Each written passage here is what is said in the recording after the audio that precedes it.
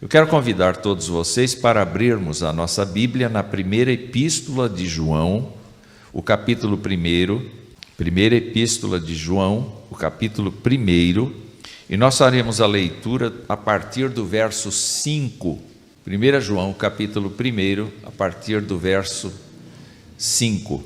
E a palavra do Senhor diz assim: Ora, a mensagem que da parte dele temos ouvido e vos anunciamos é esta, que Deus é luz e não há nele treva nenhuma. Se dissermos que mantemos comunhão com ele e andarmos nas trevas, mentimos e não praticamos a verdade. Se, porém, andarmos na luz como ele está na luz, mantemos comunhão uns com os outros e o sangue de Jesus, seu Filho, nos purifica de todo pecado. Se dissermos que não temos pecado nenhum, a nós mesmos nos enganamos e a verdade não está em nós. Se confessarmos os nossos pecados, Ele é fiel e justo para nos perdoar os pecados e nos purificar de toda injustiça. Se dissermos que não temos cometido pecado, fazemo-lo mentiroso e a sua palavra não está em nós. Filhinhos meus, estas coisas vos escrevo para que não pequeis. Se todavia alguém pecar, temos advogado junto ao Pai, Jesus Cristo, o justo, e Ele é a propiciação pelos nossos pecados, e não somente pelos nossos próprios, mas ainda pelos do mundo inteiro. Que Deus nos abençoe. Esta palavra veio ao meu coração no domingo passado, no culto da manhã do domingo passado.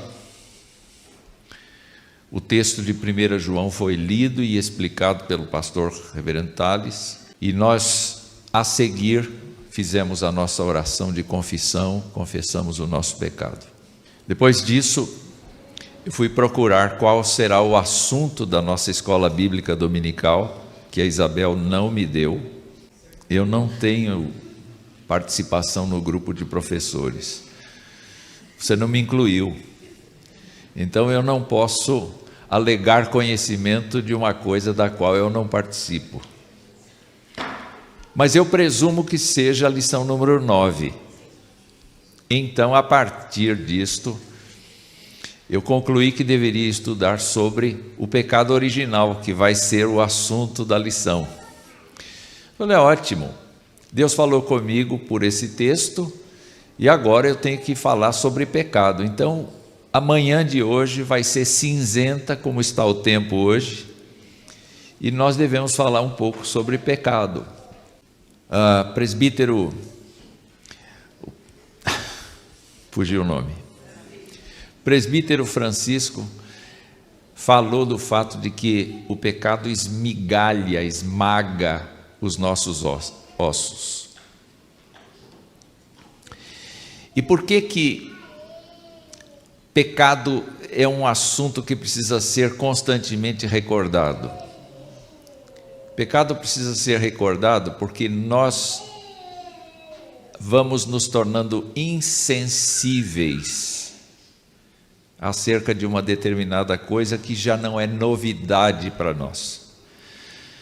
Quando ela chega como novidade, nós nos espantamos, nós nos assustamos, mas na medida do tempo, aquilo vai passando e aquilo vai entrando no lugar comum. Veja, por exemplo, o caso de quantas pessoas morrem assassinadas.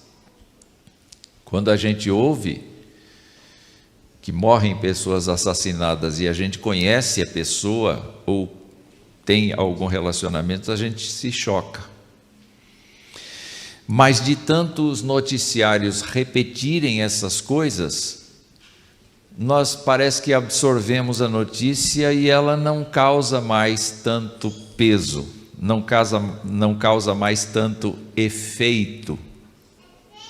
na vida da gente. E o pecado é justamente uma coisa que João trata aqui. E por que ele trata aqui? Os historiadores dizem que em torno do ano 95, 100 depois de Cristo, muitos cristãos já eram de terceira geração e o impacto inicial da pregação do Evangelho, com os milagres, com os feitos extraordinários que são mencionados nas Escrituras, assim como a esperança da volta de Jesus, podiam ter desvanecido na igreja. As pessoas ficaram cansadas de esperar Jesus voltar e não tratavam mais desse assunto.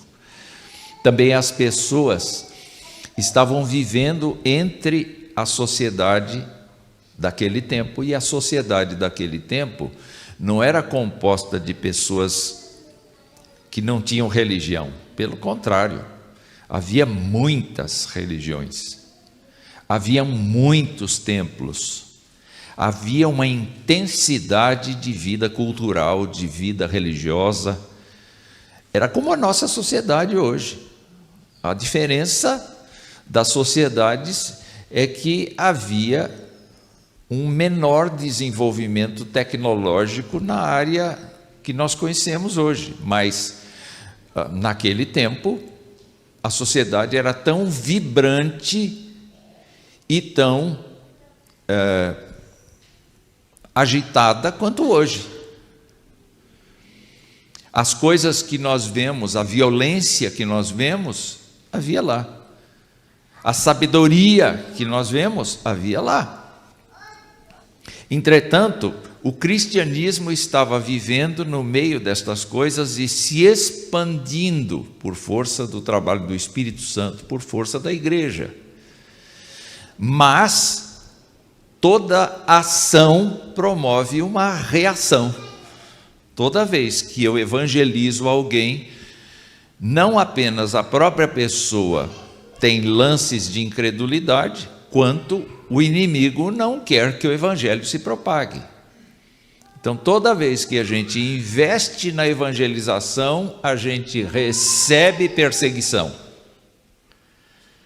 Toda vez que a gente investe na santidade, vem o desejo do pecado. É sempre ação e reação. A vida cristã, então, consiste exatamente num exercício constante de vigilância e de obediência. Pois é, e João estava percebendo que neste momento da história não havia necessariamente uma perseguição generalizada da igreja, mas havia uma coisa que há no nosso tempo que se chama sedução. O diabo não persegue declaradamente, mas seduz, induz ao erro. Um grande movimento evangélico hoje não toca no assunto de pecado de jeito nenhum. Não fala que Deus condena o pecador, não fala que Deus condena o pecado. Então nós temos uma semelhança muito grande com aquele tempo. O que nós vemos é João combatendo, neste caso aqui especificamente, um movimento gnóstico, o gnosticismo. E o gnosticismo não era evangelho. O gnosticismo era um conjunto de crenças baseadas em rituais, baseada em mistérios e baseada em princípios filosóficos. É quase que a construção de uma ideologia. Porque uma ideologia tem tudo isso. Tem princípios filosóficos, tem práticas, tem rituais, tem permissões. Quando nós vemos a ideia de que agora um cristão é liberto para ter uma vida nova, ele pode tudo. Não, ele não pode tudo. Deus o limita. O que a pessoa pode tudo, sem dúvida alguma, pode tudo na direção de Deus. O que Deus faria, essa pessoa pode. Então, o que havia com estes gnósticos? Estes gnósticos entendiam, baseados na filosofia grega, que havia um Deus puro, um Deus perfeito, que tinha transmitido ao ser humano uma fagulha da sua perfeição. Então, o interior da pessoa era puro. Sabe esse ser interior que nós somos? Esse ser interior que nós somos seria uma fagulha do próprio Deus perfeito.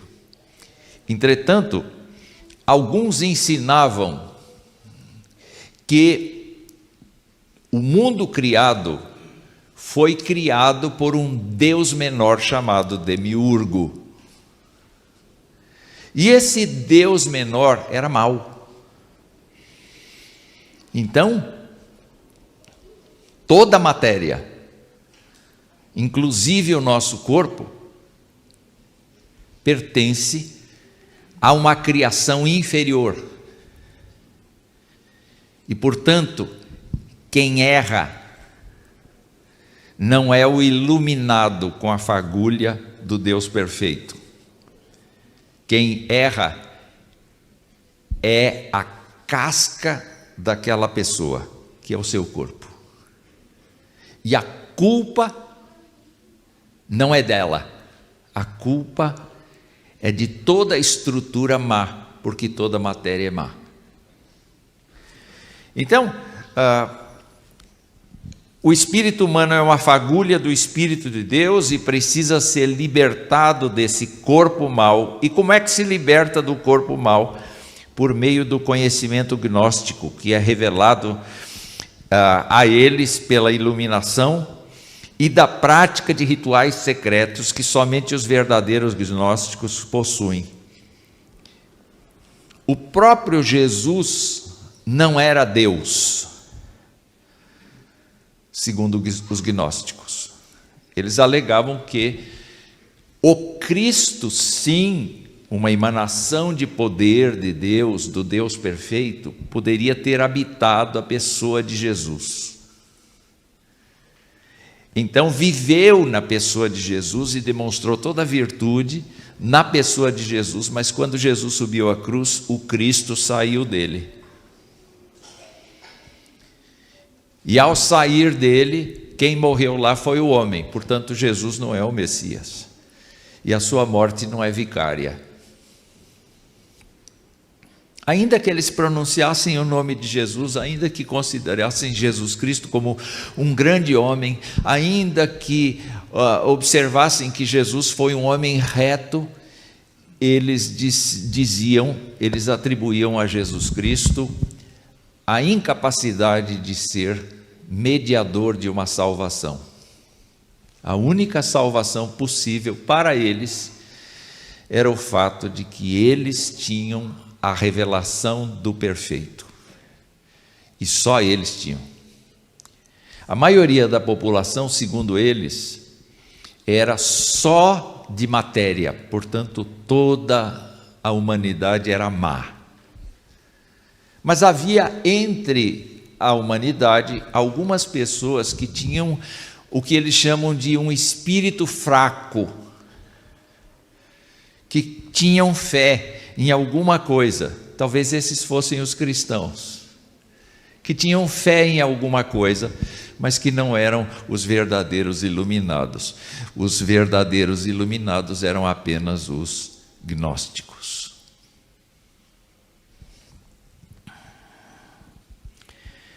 Irineu descreveu os gnósticos da seguinte maneira: eles se declaram perfeitos em si mesmos, porque afirmam que encontraram a sua luz, isto é, encontraram o Criador de tudo e desejam considerar-se os perfeitos por terem buscado e encontrado o perfeito enquanto ainda estão na terra. Eu não preciso do Deus de vocês, porque eu tenho a minha própria divindade plantada em mim. Como é que eu vou tratar com uma pessoa que pensa assim? Então João começa dizendo o seguinte: o que eu recebi da parte de Deus, eu vou entregar a vocês. Deus é luz e não há nele treva nenhuma. O Deus que criou todas as coisas não é um Deus menor. O Deus que criou todas as coisas é o Deus perfeito. E a figura que João usa é a figura da luz. Eu queria perguntar a vocês, qual foi a primeira palavra que Deus disse ao criar todas as coisas? Haja luz. Haja luz. É interessante, né? Haja algo da minha própria criação. Haja algo da minha própria consistência. Haja algo da minha própria experiência.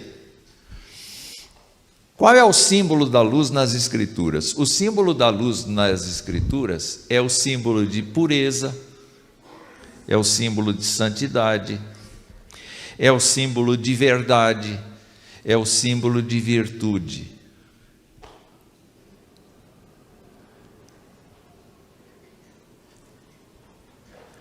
O que faz a luz?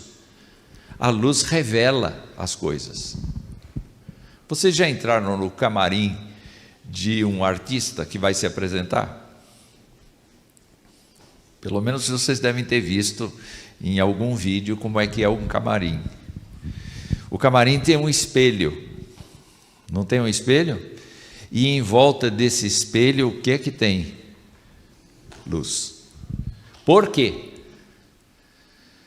Porque o artista precisa se maquiar. E ele precisa tirar todas as sombras possíveis da sua visão, a fim de que ele consiga se maquiar da maneira mais perfeita que for possível. Deixa eu perguntar, quando a gente percebe um cravo, coisa nojenta, uma espinha, a gente vai para o espelho para ver aquele negócio. E o que a gente precisa fazer para ter toda a clareza do que a gente vai enfrentar? Luz. A gente precisa da luz, porque a luz revela. Por que os casaizinhos, antigamente, pelo menos era assim, namoravam debaixo das árvores, nas ruas iluminadas? Porque eles não queriam que as suas ações fossem reveladas. Eles se escondiam na escuridão. Então, quando a gente olha para as referências que Deus faz de si mesmo, nós vamos encontrar testemunhos. Por exemplo, Davi disse assim no Salmo 27, o Senhor é a minha luz e a minha salvação. Mais adiante no Salmo 36, ele disse que em Deus está o manancial da vida, e ele declara, na tua luz veremos a luz. É justamente quando nós comparecemos diante de Deus que nós começamos a perceber o caráter de Deus, começamos a perceber a misericórdia de Deus, começamos a perceber a justiça de Deus. Enquanto a gente não vai na direção de Deus, a gente imagina um Deus, a gente projeta Um Deus que não é necessariamente o Deus da Bíblia. Então, eventualmente, pode haver muitos crentes que pronunciam o nome de Deus, até os pregadores, que se não lerem as Escrituras, não vão compreender o caráter revelado de Deus. Porque a referência que é necessária para a gente conhecer a Deus, não é por revelações que a gente receba, é por contemplação da Escritura, é por contemplação da palavra de Deus, é por contemplação das afirmações que Deus faz na sua Escritura. Lá no Salmo 119, um versículo que eu aprendi pequeno, foi: lâmpada para os meus pés é a tua palavra e luz para os meus caminhos. Como é que eu vou andar perfeito na terra? Eu não vou andar perfeito na terra pelas revelações que eu recebo, eu não vou andar na terra pelas minhas atitudes morais, eu não vou andar perfeito na terra por nada que eu mesmo crie ou que eu receba dos outros humanos. Eu só vou ser uma pessoa realmente iluminada quando eu tiver no meu coração a presença de Deus, a instrução por sua palavra e uma vida comprometida com essa luz. Quando eu olho para Isaías declara a respeito de Jesus o seguinte, no capítulo 42: eu, o Senhor, te chamei em justiça, tomar-te-ei pela mão e te guardarei, e te farei mediador da aliança com o povo e luz para os gentios. Jesus Cristo é nossa luz. Isaías ainda profetiza no final dos tempos: nunca mais te servirá o sol para a luz do dia, nem com o seu esplendor a lua te alumiará, mas o Senhor será a tua luz perpétua. Ou seja, a promessa messiânica é que Jesus Cristo será luz para os gentios, mas também no fim dos tempos não haverá necessidade de sol nem lua, porque o Senhor, com sua presença, iluminará todas as pessoas. Ainda encontramos Daniel falando para Nabucodonosor o seguinte: Deus revela o profundo e o escondido, conhece o que está em trevas, e com ele mora a luz. Quando Jesus Cristo veio, o que é que ele disse? Eu sou a luz do mundo. Quem crê em mim não andará em trevas. Que mais que ele disse? Vós sois a luz do mundo. E se referiu a quem? Aos seus discípulos. Ou seja, eu transmito para vocês aquilo que meu Pai é.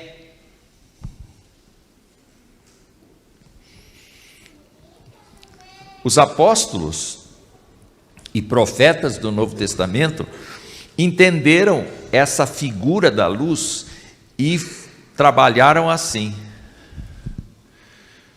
Mas deixa eu lembrar, como é que Saulo foi integrado no corpo de Cristo? Como é que Saulo se converteu?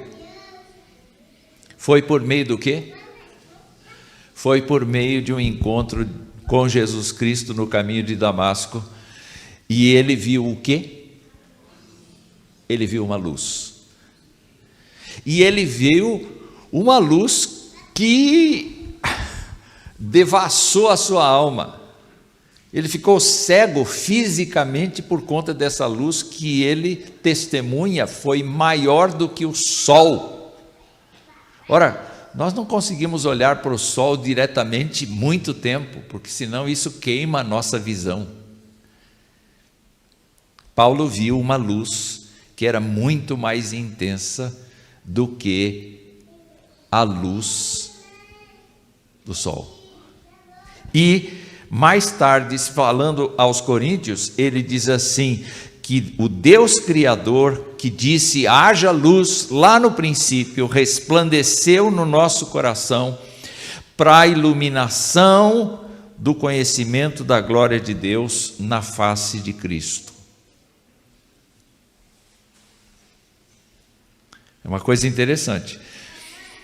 Estar na graça significa receber a presença de Deus, que é luz que não há treva nenhuma, que declara a verdade, que exige a santidade, que revela o escondido e que faz, sem dúvida alguma, transformações muito grandes na vida da gente.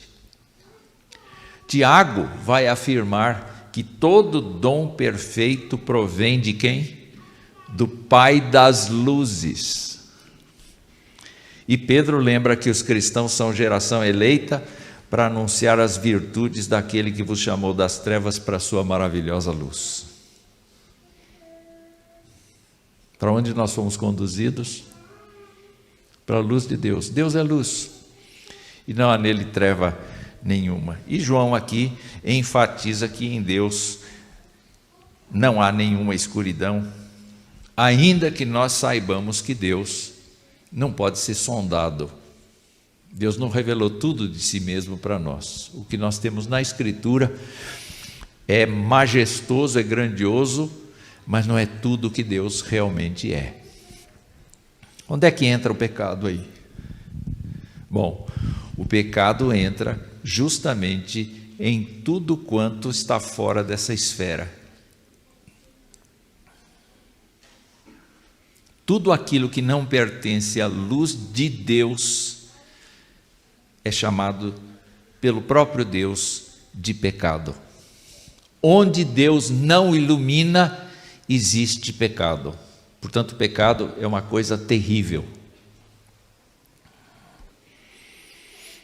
Eu poderia dizer assim: pecado é como diabetes, pecado é como câncer, pecado é como asma, pecado é como essas doenças psicossomáticas que nós temos, autoimunes. Elas estão ali, a gente vive, mas a gente vive escravizado a elas. Não é verdade?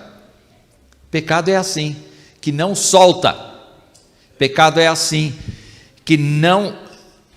Eu não queria pensar nisso, mas me veio o pensamento agora, de quantos de nós aqui estamos pecando neste exato momento.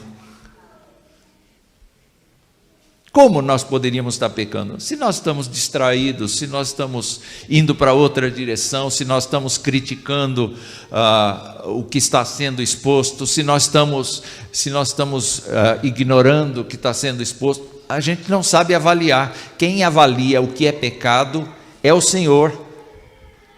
Porque aquilo que não se conforma com a sua luz, aquilo que não se conforma com a sua escolha, é ofensa contra Ele. E nós estamos sujeitos a todo tempo. Então vamos voltar aos gnósticos. E diz assim: nós estamos em comunhão com Deus. Eles diziam: nós somos iluminados pela luz de Deus. Nós não temos pecado, porque nós pensamos que o pecado é praticado com o corpo que não contamina o que nós somos. Em outras palavras, eu creio, hoje em dia alguém encontra, não, eu creio em Deus, mas é contrabandista, é pedófilo, é viciado, é qualquer coisa, e não quer mudar. Não, eu creio em Deus. Para mim, o que importa é dentro, não importa fora. O apóstolo Paulo diz que nós vamos ser julgados por atos que nós fizemos por meio do corpo. Nós somos indivisíveis. Não dá para separar o nosso corpo do nosso ser interior. Se nós formos operados, o médico não vai encontrar o nosso espírito ali. Ele vai encontrar nosso corpo, a nossa carne. Mas eu não tenho dúvida nenhuma de que a nossa mão, ainda que seja um conjunto de nervos, músculos, ossos, pele, ela manifesta o nosso ser. A gente acaricia, a gente disciplina, a gente exprime, a gente faz muitas coisas com a mão, expressando o que nós somos. Não dá para dividir, mas eles diziam sim que eles eram absolutamente puros e sem pecado. Então, como é que João fala? João diz assim, e vocês podem observar que ele fala 3 vezes usa a mesma expressão, no versículo 6. Como é que ele começa o versículo 6? Como é que ele diz? Se dissermos. No versículo 8, como é que ele diz? Se dissermos. No versículo 10, como é que ele diz? Se dissermos. Então ele está pegando cada argumento dos gnósticos e ele está apresentando a solução para o problema deles. Qual é o problema deles? Eu sou uma pessoa boa. Eu não preciso do Evangelho. Eu sou uma pessoa que não peca. Eu sou uma pessoa que nunca precisei de um Deus para me perdoar, porque eu nunca pequei. Vocês já ouviram esse discurso em algum lugar? O meu vizinho falava isso. O meu vizinho, todos os domingos, ficava encantado, porque a minha família, as mulheres lavando louça, enxugando louça, os filhos todos na mesa de almoço, papai colocava os inários na mão de todos nós, e nós cantávamos hinos do coral na hora do almoço, depois, enquanto as mulheres lavavam e enxugavam a louça. E o meu vizinho ficava encantado com aquilo. Mas ele já estava na 6ª cerveja.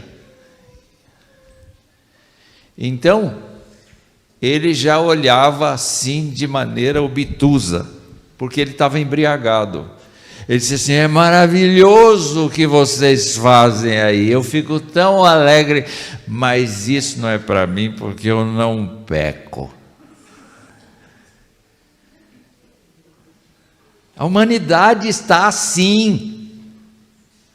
A humanidade não percebe que está ferida, machucada, destruída, mas insiste em buscar o prazer, insiste em buscar todas as formas de se distrair. A humanidade está desesperada e não tem consciência disto. Ela está tentando passar para todos uma mentira. O que é uma mentira? Toda vez que você tenta mostrar uma coisa que não é, você é um mentiroso. Jesus Cristo bateu de frente com os escribas, com os fariseus do seu tempo, e chamou todos eles de sepulcro caiado. Porque eles se diziam religiosos, mas as suas atitudes não eram. Tem uma música do meu tempo de jovem que diz que no domingo ele é um santarrão, mas na segunda, terça, quarta, quinta, sexta, sábado, ele não é santo, não. O fato de nós sabermos o Evangelho intelectualmente não nos faz crentes. O fato de nós citarmos as Escrituras, mas não as levarmos em consideração, não nos faz crentes. Isso é mentira. Nós estamos tentando demonstrar aos outros uma coisa que nós não somos. Os gnósticos estavam fazendo isso, e João diz então que a pessoa que faz isso é mentirosa, ela tenta iludir o outro. Qual é a solução? Versículo 7 diz que se nós andarmos na luz, como Deus está na luz, as evidências vão mostrar que nós vamos ter comunhão com os outros, nós vamos ter paz entre nós. Então você percebe o crente que é crente, ele ama os outros. O crente que é crente busca os outros, busca o bem dos outros. Se você vê um crente amarrado, eu não estou falando de crente tímido, eu estou falando de crente que despreza o outro, crente que se acha superior ao outro, ele ainda não é crente, ele é um teórico.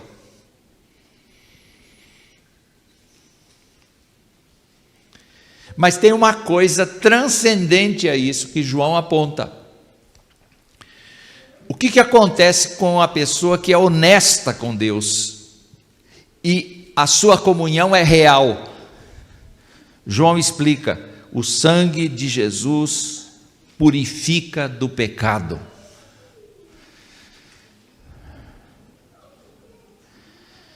E vários autores bíblicos vão dizer que quando nós vivemos sob a graça de Deus, nos enchemos da graça de Deus, buscamos na sua palavra as forças para viver, praticamos aquilo que a palavra de Deus recomenda, nós cobrimos uma multidão de pecados.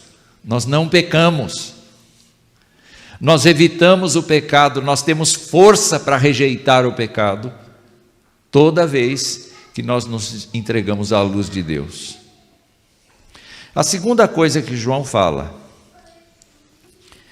é que uma pessoa que porventura diz que não peca, ela está caindo num auto-engano. O apóstolo Paulo, quando tratou dessa questão, disse, meus irmãos, que o espírito deste século, Deus deste século, cegou o entendimento dos incrédulos. A mente das pessoas está cauterizada e as pessoas não percebem que pecam.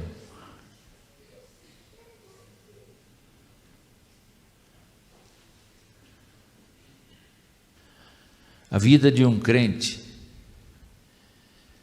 é mais ou menos como o salmista disse: enquanto eu me calei,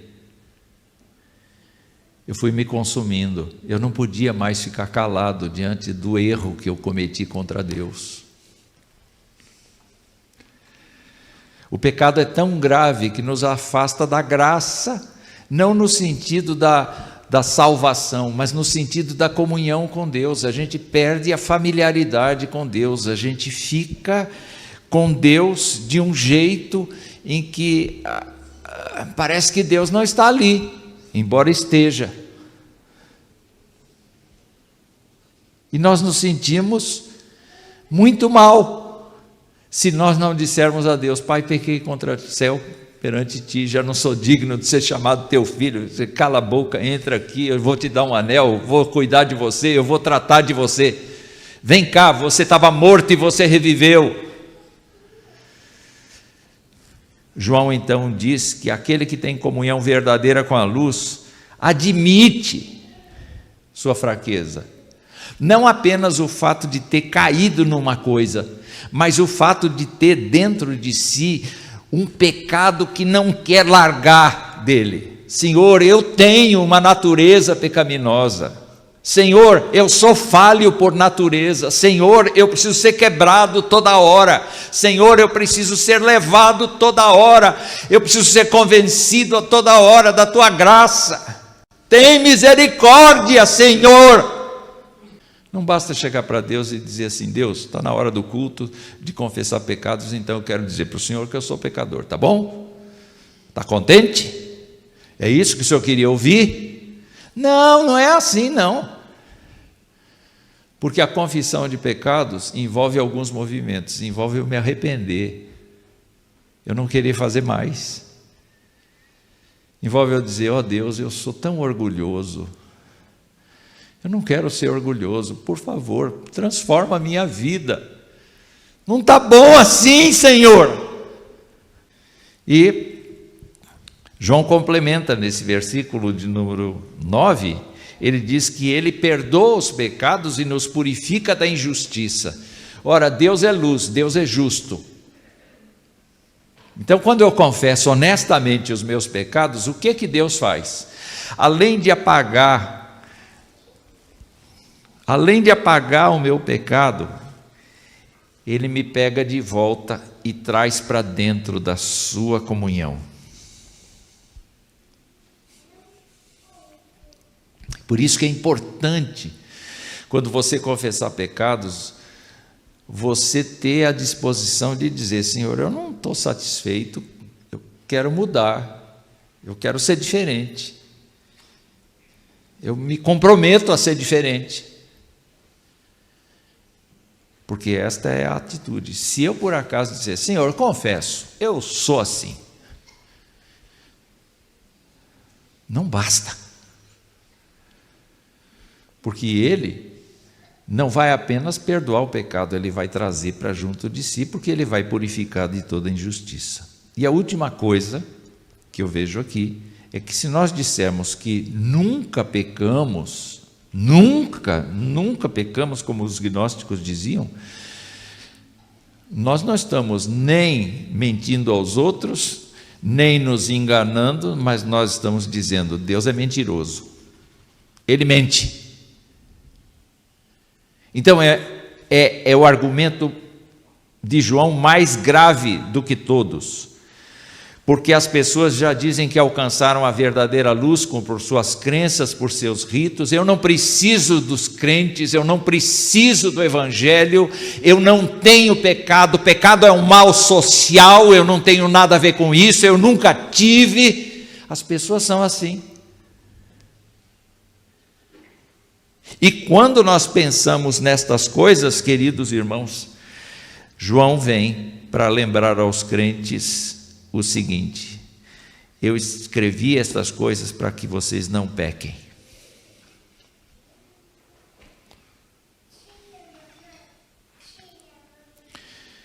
Então, nenhum dos crentes deve tentar mentir aos outros, dizendo que é uma coisa que não é. Nenhum crente deve ficar achando que a sua religiosidade lhe basta, porque isso é auto-engano. Nenhum crente deve imaginar que só louvar, só buscar as bênçãos de Deus é o evangelho, porque a gente torna Deus mentiroso. Cada crente precisa de um advogado. E a gente tem. Onde está o nosso advogado? Ele não está aqui fisicamente. Onde ele está fisicamente? Do lado do Pai. E o que ele está fazendo lá? Como advogado, ele não exerce a função de consolador como o Espírito Santo, mas ele funciona como uma pessoa que se coloca ao lado do pecador. E ele apresenta diante de Deus o pecador arrependido, quebrado. Ele não apresenta o pecador rebelde, orgulhoso, vaidoso, achando que já sabe de tudo, achando que a sua teologia é a melhor que tem e todo o resto é porcaria.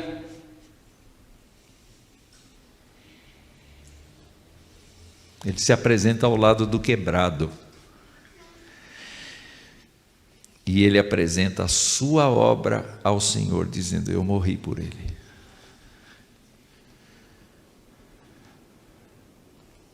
Eu morri por ele. Cristo morreu por você. Você está na luz. Você sabe qual é o preço do pecado? Avalie a sua vida espiritual nesta manhã.